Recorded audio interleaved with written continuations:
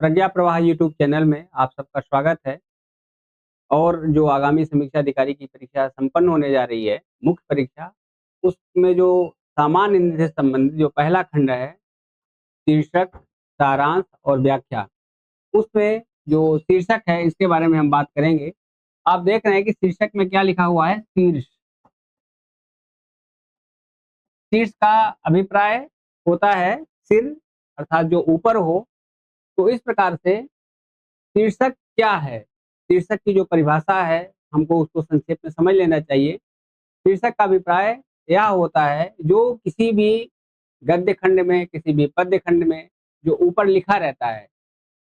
हम सबको यह थोड़ा-सा लग सकता है कि नहीं, ये किस चिड़िया का नाम है, लेकिन आप सब जानते हैं, जैसे रामचरितमानस, सूरदास का जो ग्रंथ है, सारावली, या इस प्रकार की जो भी रचनाएँ हैं, वह इन सब का शीर्षक ही है। या जो हमारे धर्म ग्रंथ हैं, ईसाई धर्म से संबंधित जो ग्रंथ है, बाइबिल, तो बाइबिल भी क्या है? शीर्षक है, वह सबसे ऊपर स्थित है।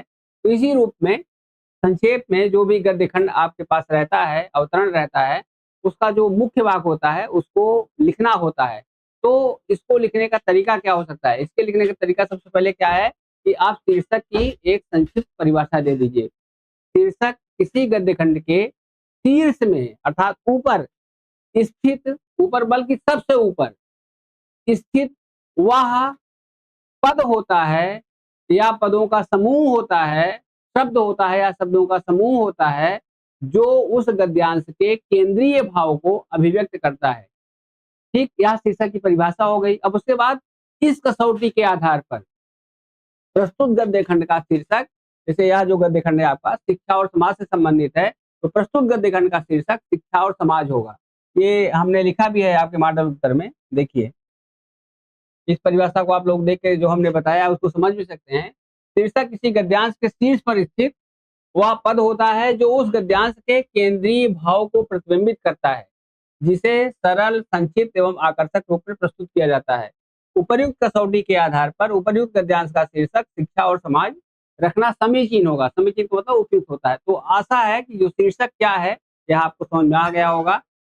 अब शीर्षक लिखने का तरीका क्या होना चाहिए? कैसे हम सोचें, जो हमने लिखा शिक्षा और समाज, कैसे पता चला कि शिक्षा और समाज ही शीर्षक होगा?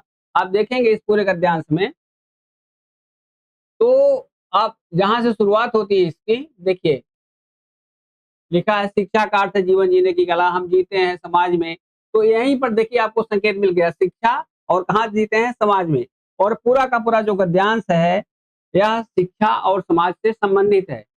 इस प्रकार से इस जो हमने शीर्षक की कसौटी बताई, जो हमने शीर्षक की परिभाषा बताई, उस परिभाषा के आधार पर शिक्षा और समाज ही यहाँ पर उपयुक्त शीर्षक है, इसलिए इसको हम यहाँ पर रखते हैं।